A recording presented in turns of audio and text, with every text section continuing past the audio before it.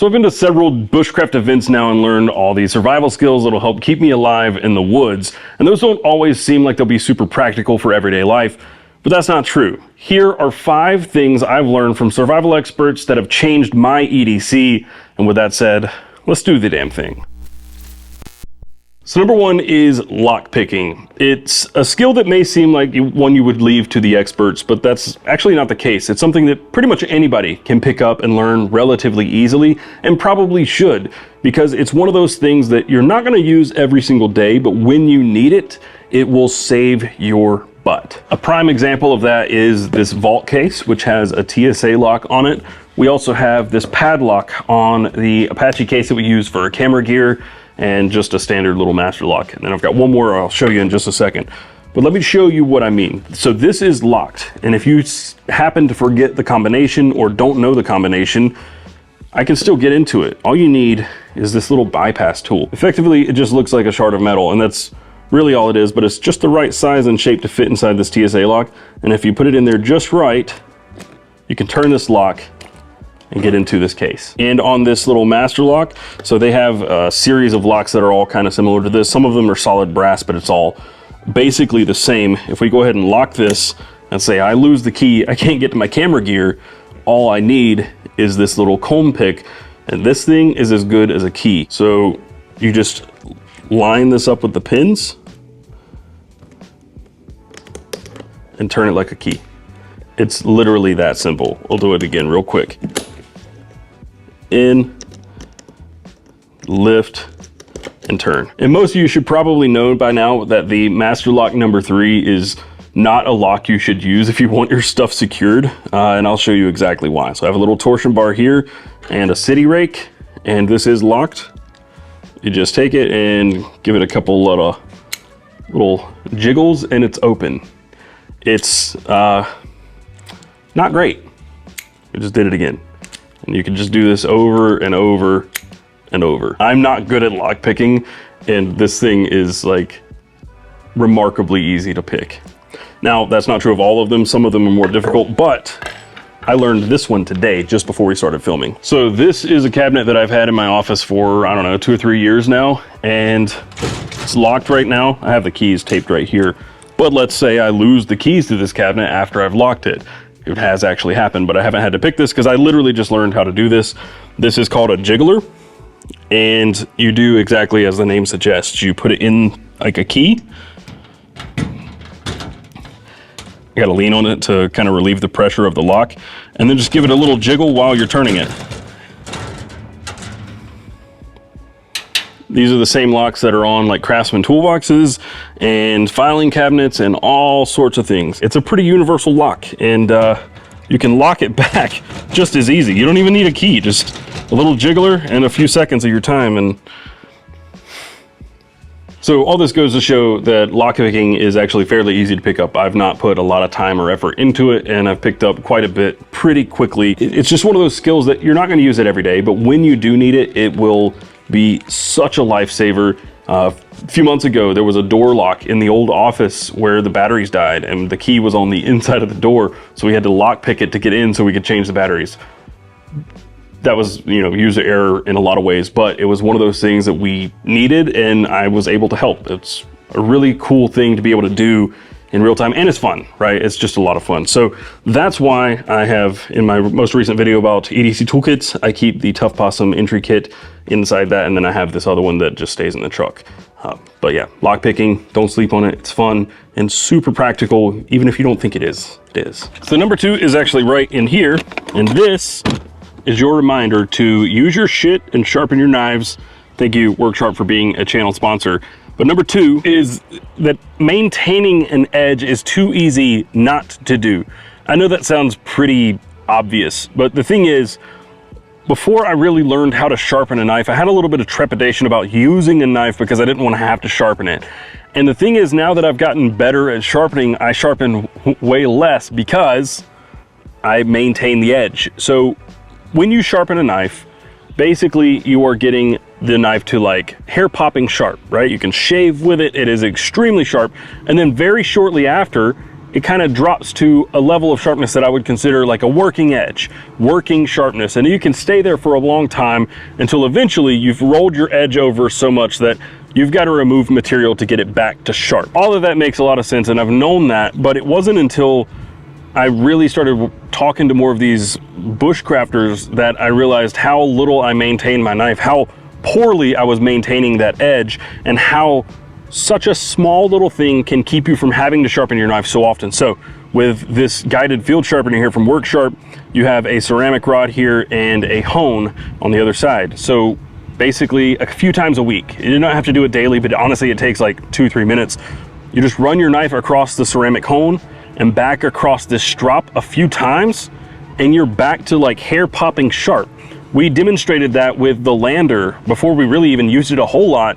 When we did a torture test of it, we used this tool right here. I just ran it across the ceramic and the strop, and it took it just out of the box from like pretty sharp to wicked sharp very, very fast. So I've carried this knife quite a bit since I got it. I've had a few versions of it now, but this is the Lookout from Big Guided Design. Also, shout out to them for being a channel sponsor. And this Lookout, the titanium version in M390 that was on Kickstarter recently, it's now live on their site. So if you want one, you can go get one on their site right now. It's linked down below.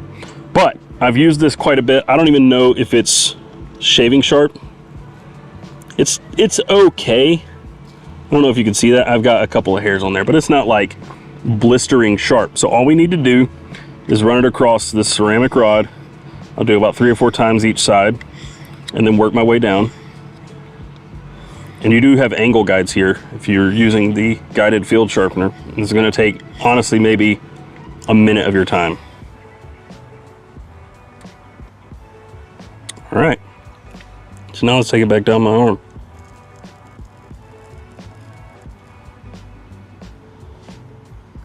Pretty sharp now. And literally, what, a minute? I think the best analogy I can think of, and it's not perfect, I know, but it's like rotating your tires on your vehicle. You can just drive those tires until they're bald on the front, and then you're gonna have uneven wear on the front and back, and you're gonna need to replace your tires more often. It's not a perfect analogy or analog, but it's very, very similar, because you don't need to sharpen your knife nearly as often as you think you do. A lot of you are probably over sharpening your knife. If you just take a minute to touch it up, you're not removing material, you're just getting that bevel back to straight. Because as you use your knife, the bevel will kind of go offset. You'll have pieces that are rolling on one side and the other, and as you run it down that ceramic, it gets it back to center, and then your strap cleans up those burrs, and you're not removing material, you're not really sharpening your knife, you're just touching it up and fixing and maintaining, and it's just honestly super easy to do, and I clearly was not doing it enough before. I was definitely over sharpening my knives, so maintain your knife. It's very simple. That's all I got. So number 3 is how it changed my thoughts on knives. I went into the very first Georgia Bushcraft feeling a pretty obvious way about knives, titanium, and at the time, Magna Cut wasn't a thing, but I was a little bit of a steel snob, not like a metallurgist or anything, but I was pretty picky. And honestly, now I'm not picky at all. I don't really care about knife steels. I honestly didn't care for tool steels before, and now I like them a lot. And a lot of that goes back into the previous point, which is the ability to maintain and field sharpen a knife. Some of these higher HRCs are really tough to do that with, so I'm like, Magna Cut doesn't really move the needle for me. I don't really care one way or another. I'm not a steel snob at all anymore. A lot of people think I am, but I genuinely don't care. I just bought this knife this past weekend, S35VN.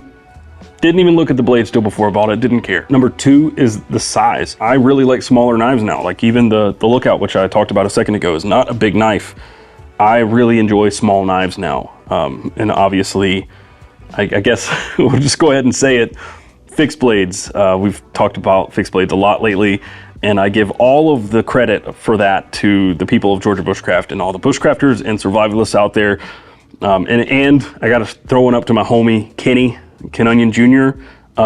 He didn't say this on video, on camera. He refused to say it on camera, but we asked him in a video when we were shooting a video a long time ago, last year, I guess, sometime, we asked if you could only have one knife, what would it be? And he was like, well, it's got to be a fixed blade. And we were all like shook. We were like, what?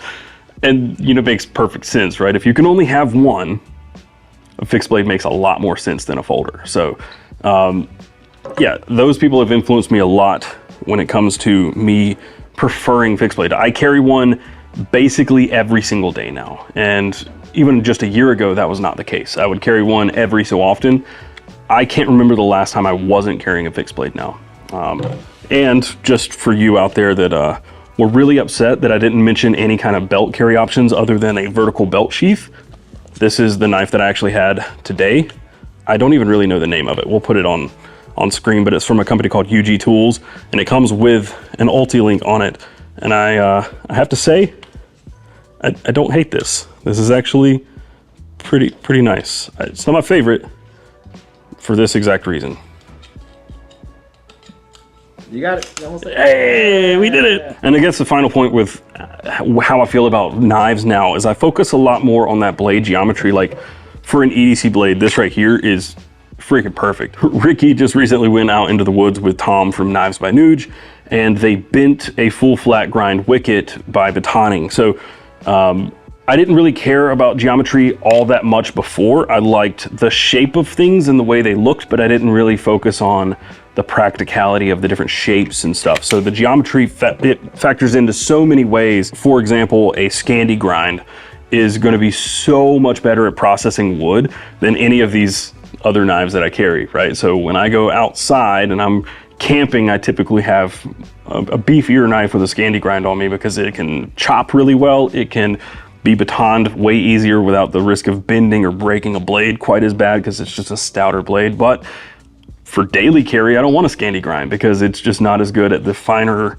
tasks, slicing and stuff like that. Food processing is not good at that. I guess they gave me a lot more perspective on all these little things that truly matter when you get down to using a knife for, I don't know, not dying, you know, not just opening Amazon packages all the time, which is what we all mostly do 99% of the time. But yeah, it just gave me kind of a new perspective on all of that when it comes to knives, which is, you know, a very, very large part of my life. We're just charging these up real quick because they've been inside my backpack. But number 4 is glow beads.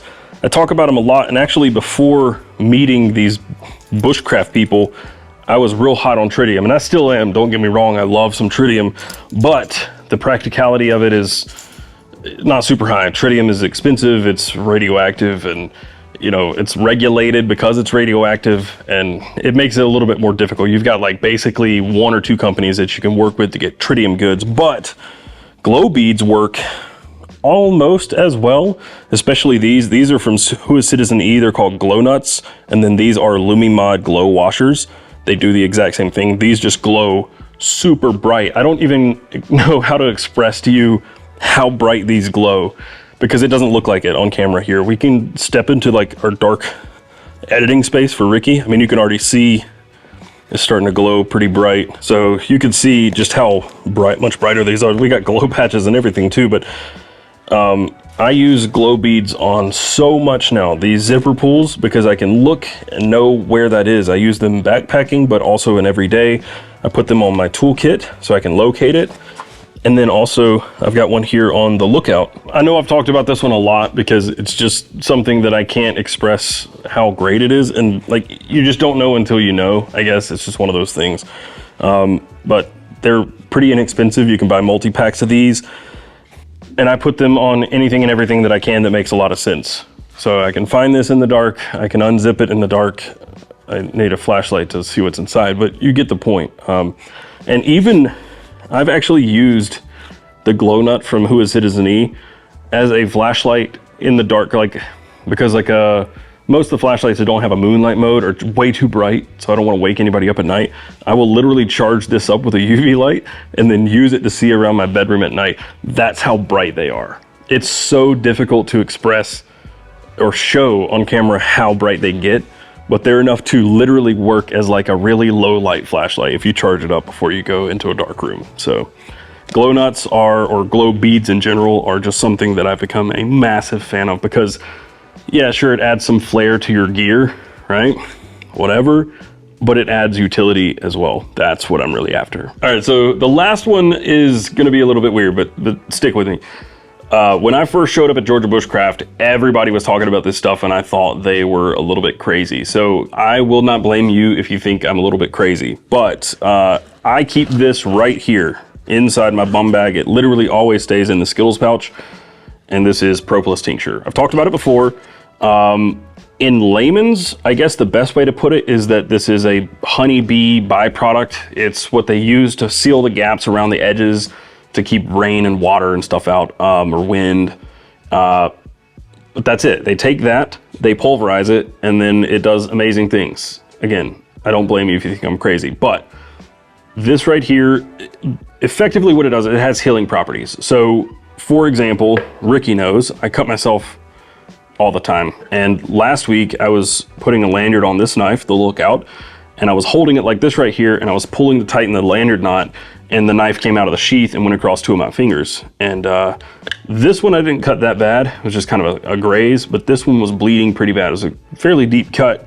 Went through a few Band-Aids to get it to stop bleeding, but I also put some Propolis on there. So that was about 3:30, and then by the time I got home, at around 6, maybe a little bit after, it had already started to close up.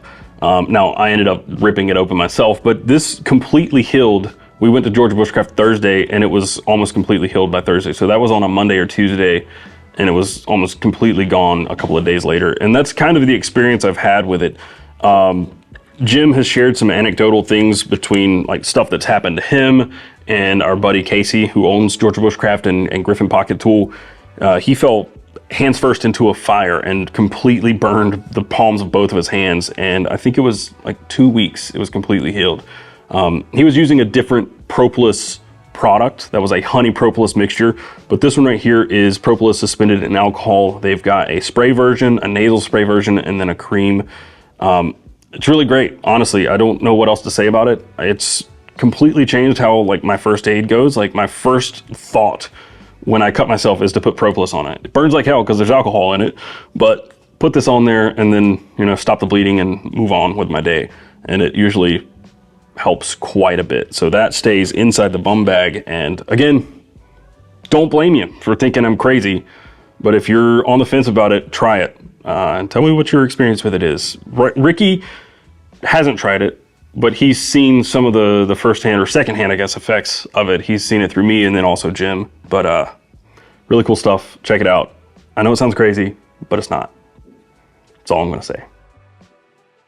I will say one last thing. When I asked Jim to explain what it is in layman's, his answer was black magic voodoo. And I think that's probably the best way to put it. You can come out now, Jordan. You see him just fall off the skateboard and go into That's perfect. That's perfect. Thank you. All right, that's it. These are the 5 things that I've learned from the Georgia Bushcraft people, as it were, or survivalist experts, whatever you want to call them. Yeah, they've taught me a lot to keep me alive in the woods, but they've also heavily influenced how I view everyday carry, and especially knives and all the accessories that go along with them, like a glow bead. It seems so small and insignificant, but it's made a huge impact on how I set up anything and everything. So I want to thank all those guys. Big shout out to all my friends and now family at Georgia Bushcraft and people in that community. Yeah, let me know what you guys think. If you want to see more like this, that's kind of a little bit off the beaten path, but still somewhat EDC related, let me know. That's it. I'll see you guys in the next video. And until then, carry on.